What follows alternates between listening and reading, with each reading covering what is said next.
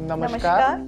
रानी लक्ष्मीबाई केंद्रीय कृषि विश्वविद्यालय की इस नई पहल बुंदेलखंड कृषि संदेश में मैं डॉक्टर प्रियंका शर्मा, मैं डॉक्टर आशुतोष शर्मा आप सभी का हार्दिक स्वागत करते हैं। बुंदेलखंड कृषि संदेश रानी लक्ष्मीबाई केंद्रीय कृषि विश्वविद्यालय झांसी की प्रथम तकनीकी वीडियो श्रृंखला है, जो माह में 2 बार यानी 1 और 16 तारीख को आगामी कृषि क्रियाकलापों को लेकर आप सभी के सामने प्रस्तुत होगा।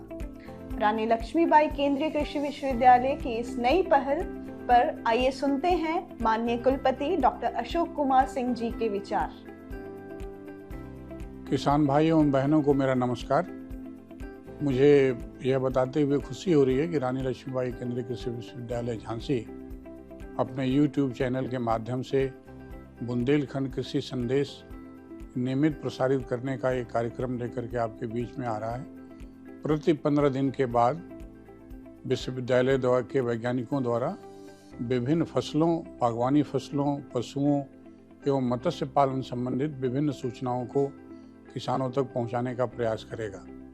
मुझे पूरा विश्वास है कि किसान भाई YouTube चैनल को अपने यहाँ सब्सक्राइब करेंगे और उससे नियमित रूप से इस तरह का संदेश प्राप्त करेंगे और अपने खेती में आमूलचूल परिवर्तन करेंगे।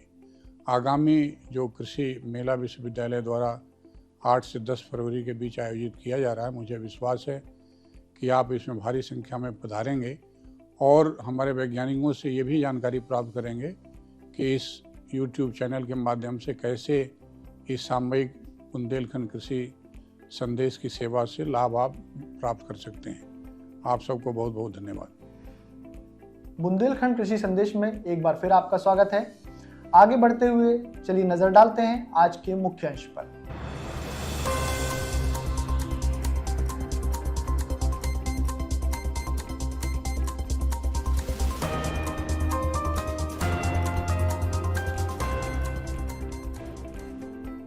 चना दलहनी फसलों में प्रमुख स्थान रखने वाला चना, जो बुंदेलखंड की एक प्रमुख फसल है। चने में प्रमुख रूप से 2 रोग पाए जाते हैं, जड़ गलन एवं मुकुटा, जिसमें पौधों का सूख जाना एक सामान्य बात है। जैसे कि नाम से प्रतीत होता है, जड़ गलन जिसमें जड़ गल जाती है। इसके विपरीत उकटा में जड़ें स्वस्थ होती हैं किंतु पौधा सूख जाता है। दोनों ही रोगों के निदान हेतु हमारे साथ जुड़े हुए हैं डॉक्टर प्रशांत जामुलकर, प्राध्यापक पादप रोग विज्ञान, जो इसके विषय में हमें विस्तृत जानकारी देंगे। उकटा रोग और जड़ गलन रोग की रोकथाम करने के लिए हमें बुआई के पूर्व भूमि उपचार करने की आवश्यकता है। यह भूमि उपचार करने के लिए हमें ट्राइकोडर्मा संवर्धित गोबर खाद का इस्तेमाल करना है।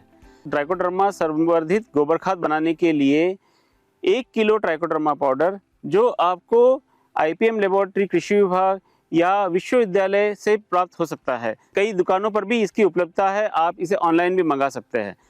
1 किलो ट्राइकोडर्मा पाउडर को 200 किलो गोबर खाद में लेयर बाय लेयर मिलाकर थोड़ा नमी के लिए पानी डालते हुए उसका ढेर बनाना है और इस ढेर को तिरपाल से ढककर 15 दिनों तक ढके रखे रहना है। 15 दिनों के बाद इसे खोलकर इसकी पलटाई करनी है। थोड़ा नमी के लिए पानी डालने के बाद फिर 15 दिन के लिए ढक देना है। तो क्या होगा, सारा ट्राइकोडर्मा जो फफूंद है हमारा इस गोबर खाद में फैल जाएगा। तो आपने लाया हुआ जो ट्राइकोडर्मा है, जो कुछ किलो हो सकता है, 3 किलो 4 किलो, वो आपकी गोबर खाद की तादाद में पूरी तरह से मिश्रित हो गया। इस ट्राइकोडर्मा संवर्धित गोबर खाद को मिलाकर खेत में बुआई से पूर्व बिखेर देना है और हमारे खेत की तैयारी करनी है। साथ ही इसके बाद जो बीज आपने लाया है उस बीज को उपचार करना है। बीजोपचार करने के लिए 6 ग्राम ट्राइकोडर्मा पाउडर प्रति किलो बीज या फिर कार्बेंडाजिम 2 ग्राम प्रति किलो बीज से उपचारित कर बुआई करनी है। धन्यवाद। आगे बढ़ते हुए जानकारी देंगे सरसों के 2 प्रमुख कीटों के बारे में। सरसों के 2 प्रमुख कीट माहू एवं पेंटेड बग के पहचान एवं नियंत्रण के बारे में जानकारी देने के लिए हमारे साथ जुड़ी हैं डॉक्टर उषा, सहायक प्राध्यापक कीट विज्ञान विभाग। नमस्कार किसान भाइयों और बहनों, आज हम सरसों की फसल में लगने वाले 2 प्रमुख कीट के बारे में आपको जानकारी देंगे। पहला है माहू। जैसा कि आप यहाँ पे देख रहे हैं, ये माहू कीट जो है सरसों की फसल की प्रारंभिक अवस्था में इसमें आक्रमण करता है। आप देख रहे हैं ये सरसों की फसल में कोमल भागों जैसे सरसों की फली है उसमें और सरसों के फसल की पत्तियों के निचली सतह पे ये आक्रमण करता है। इसकी शिशु और वयस्क दोनों अवस्थाएं लगातार पौधे से रस को चूसती रहती हैं जिससे पत्तियां पीली पड़ जाती हैं और इससे उपज में भारी हानि होती है। तो इस जो आपका ये कीट है इसका जो आक्रमण होता है दिसंबर के अंतिम सप्ताह से ये आक्रमण करना शुरुआत करते हैं और मार्च के महीने तक ये सक्रिय रहते हैं। माहू कीट के नियंत्रण की 2 विधियां हैं। पहली विधि है आप येलो स्टिकी ट्रैप का प्रयोग कर सकते हैं। येलो स्टिकी ट्रैप को 1 हेक्टेयर में आप 10 येलो स्टिकी ट्रैप लगाकर इसको नियंत्रित कर सकते हैं। उसके अलावा जो हमारे कीटनाशी हैं, कीटनाशी का प्रयोग कर सकते हैं। कीटनाशी में जैसे कि एसिटामिप्रिड 50 ग्राम मात्रा को 600 लीटर पानी में डाल के छिड़काव कर सकते हैं। उसके अलावा आप इमिडाक्लोप्रिड जो कीटनाशी है जिसकी 0.2 मिलीलीटर मात्रा को 1 लीटर पानी में डाल के छिड़काव कर सकते हैं। इसके अलावा हमारा जो है एसिटामिप्रिड की 0.006% मात्रा का छिड़काव करके इस कीट को नियंत्रित कर सकते हैं। सरसों में लगने वाला दूसरा प्रमुख कीट है चितकबरा कीट। यह भी एक प्रकार का चूषक कीट है। इसकी शिशु और वयस्क दोनों ही अवस्थाएं पौधे को नुकसान पहुंचाती हैं। ये इसके जो वयस्क होते हैं जिनको हम पहचान कर सकते हैं, नारंगी और लाल रंग के धब्बे होते हैं जिसे हम इनका पहचान कर सकते हैं।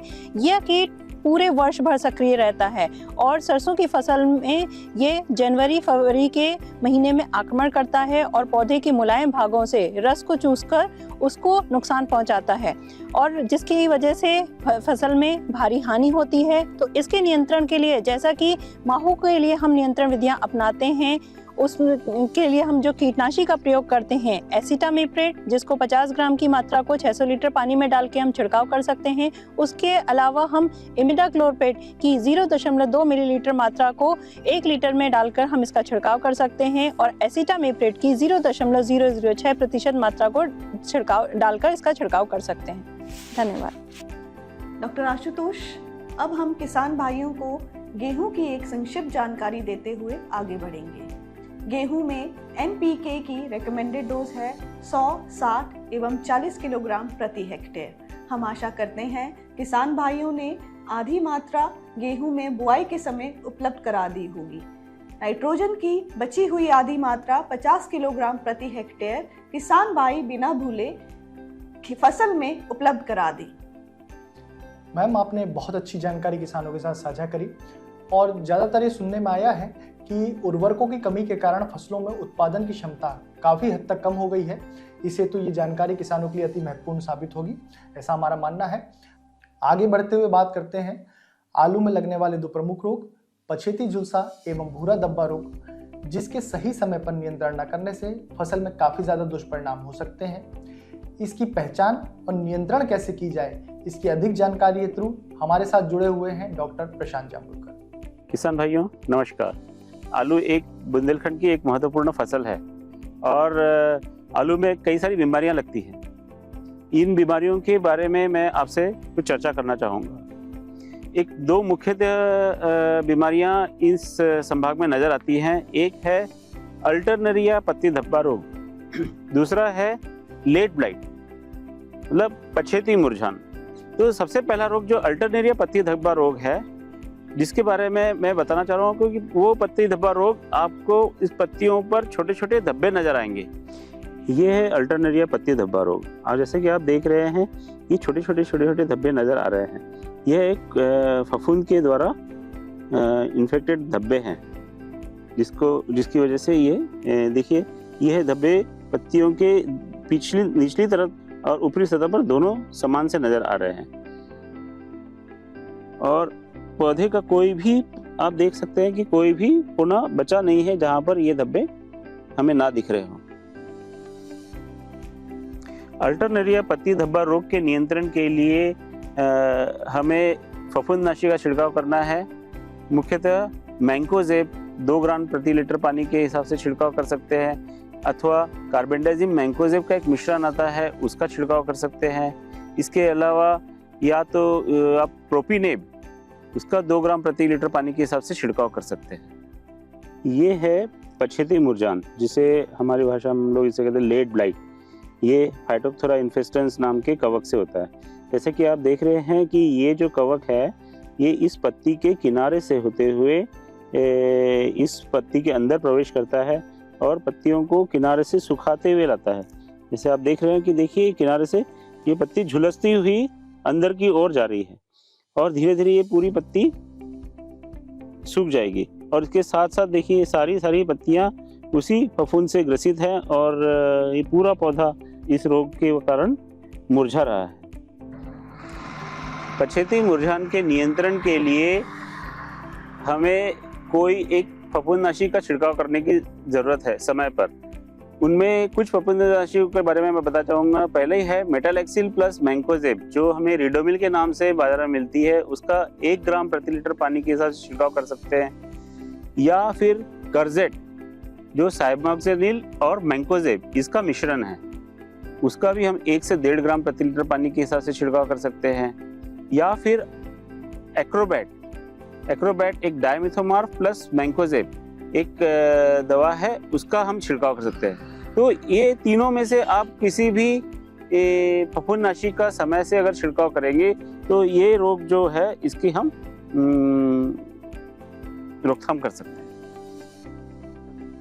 अंत में मैं किसान भाइयों को और एक सलाह देना चाहूँगा कि जो बीज आप लाते हैं या अगर वो उसे आप कोल्ड स्टोरेज से ला रहे हैं या कोल्ड स्टोरेज में रख रहे हैं या उसमें आपको नज़र आए कि कुछ ख़राब बीज है या उसे इकट्ठा करके रखना है किसी खेत के किनारे, तो इकट्ठा करके ना रखें, क्योंकि इस इकट्ठा किए हुए आलू के ढेर पर ही फफूंद पनपता है और यह अन्य बीज में प्रसारित होता है। साथ में आपके अगर खेत के किनारे है तो वो खेत में भी प्रसारित हो जाएगा।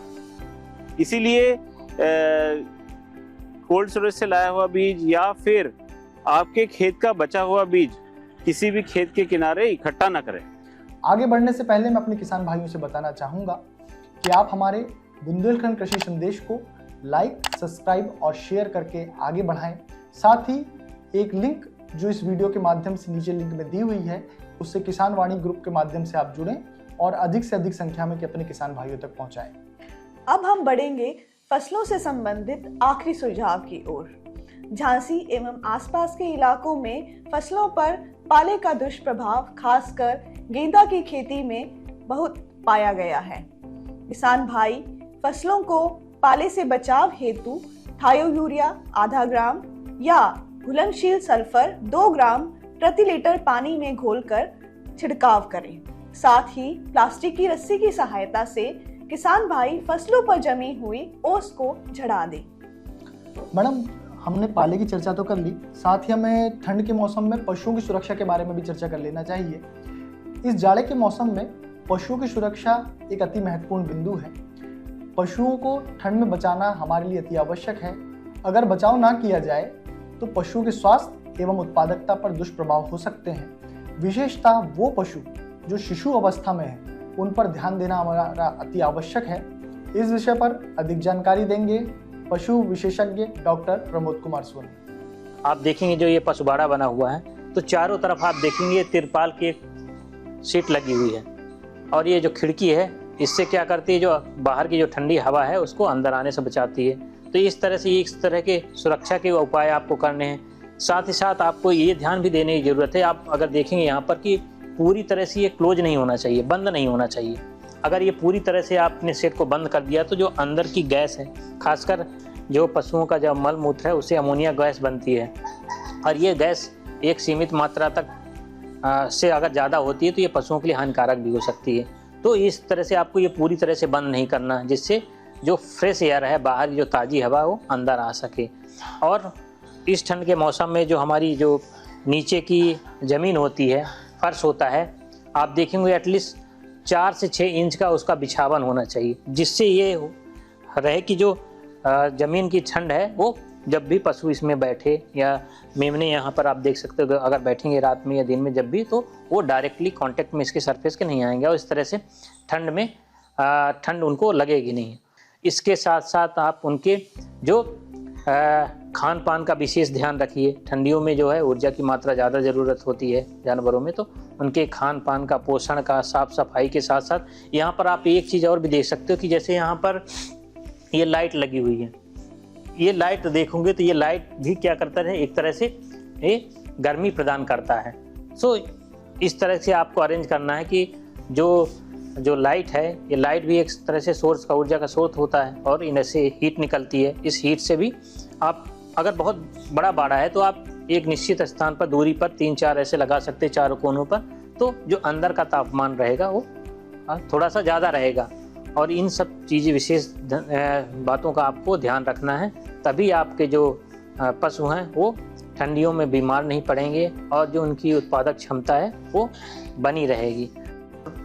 आप सामान्यतः देखते हैं कि जो अक्टूबर, नवंबर, दिसंबर वाला जो सीज़न होता है, इस सीज़न में देखेंगे ठंड तो पड़ती है, साथ साथ में बहुत सारी बीमारियों का प्रकोप भी आता है। तो जो सामान्य बीमारियां होती हैं, अगर हम बात करें तो खुरपका, मुंहपका रोग, बकरियों में PPR है और HS है जिसको गलघोंटू के नाम से जाना जाता है, एंटेरोटॉक्सीमिया है। इन सब बीमारियों का आप टीकाकरण भी जानवरों को जरूर करवाएं, तो इस तरह से आपके जानवर सुरक्षित रहेंगे। किसान भाइयों से अनुरोध है, संस्थान के YouTube चैनल को अधिक से अधिक संख्या में सब्सक्राइब करें, बेल आइकन पर क्लिक करें और शेयर करें, जिससे जब भी हम कोई नई वीडियो पोस्ट करें वो आप तक तुरंत पहुंचे और आप अधिक से अधिक संख्या में इसका लाभ उठा सकें।